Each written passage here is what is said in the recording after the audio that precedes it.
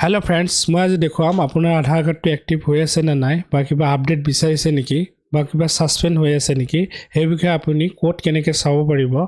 সেই বিষয়ে মই এই ভিডিওটোত দেখুৱাম ব্লগ ষ্টাৰ্ট কৰো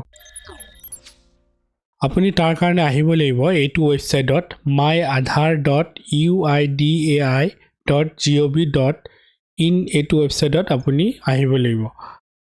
তো মই এইটো ৱেবছাইটৰ URL টো ইয়াতে টাইপ কৰিলো মই এইটো URL মোৰ ডেসক্ৰিপচনতো দি দিম ভিডিও ডেসক্ৰিপচন তো তাৰ পিছত মই এইটো ক্লিক কৰিলো সাৰ্চ কৰিলো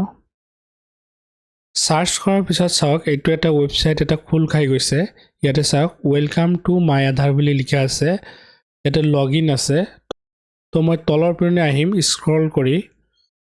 অহাৰ পিছত ইয়াতে চাওক এটা অপচন আছে চেক আধাৰ ভ্যালিডিটি বুলি এটা অপচন আছে চেক আধাৰ ভ্যালিডিটি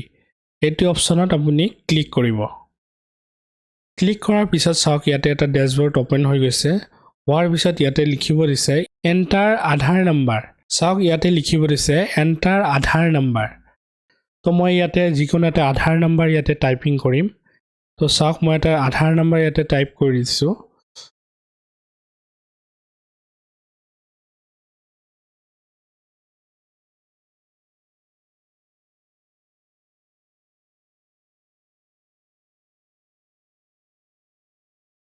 চাওক ইয়াতে মই টাইপ কৰি দিয়াৰ পিছত ইয়াতে এন্টাৰ ক্যাপচা বুলি এটা অপচন আছে ইয়াতে মই এটো যেটো ক্যাপচা আছে ক্যাপচা কোডটো মই ইয়াতে বহাই দিম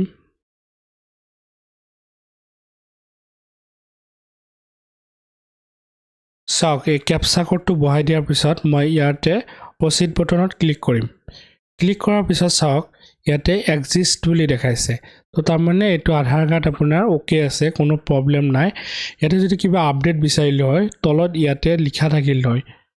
যে আপোনাৰ বায়োমেট্ৰিক আপডেট বিচাৰিছে বা কিবা ডকুমেন্টস আপডেট বিচাৰিছে ইয়াতে এটা নোটিফিকেশন থাকিল হয় যদি কিবা আপডেট বিচাৰিলে হয়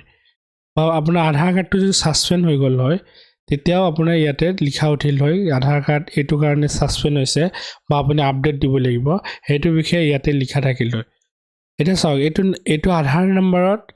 কোনটো মোবাইল নম্বৰ লিংক হৈ আছে হেতু ইয়াতে শো কৰিছে তো আপুনি এনেকে আধাৰ আপোনাৰ সাসপেন্ড হৈছে না নাই বা এক্টিভ হৈ আছে না নাই বা কিবা আপডেট বিচাৰিছে নেকি ইয়াতে আপুনি পুৰা ডিটেইলছটো চাব পাৰিব তো আজিলৈ ইমানে থ্যাংক ইউ তো আশা কৰো ভিডিওটো ভাল লাগিছে প্লিজ সাবস্ক্ৰাইব কৰি দিব মোৰ চেনেলটো আৰু লাইক কৰিবলৈ নাপাৰিব থ্যাংক ইউ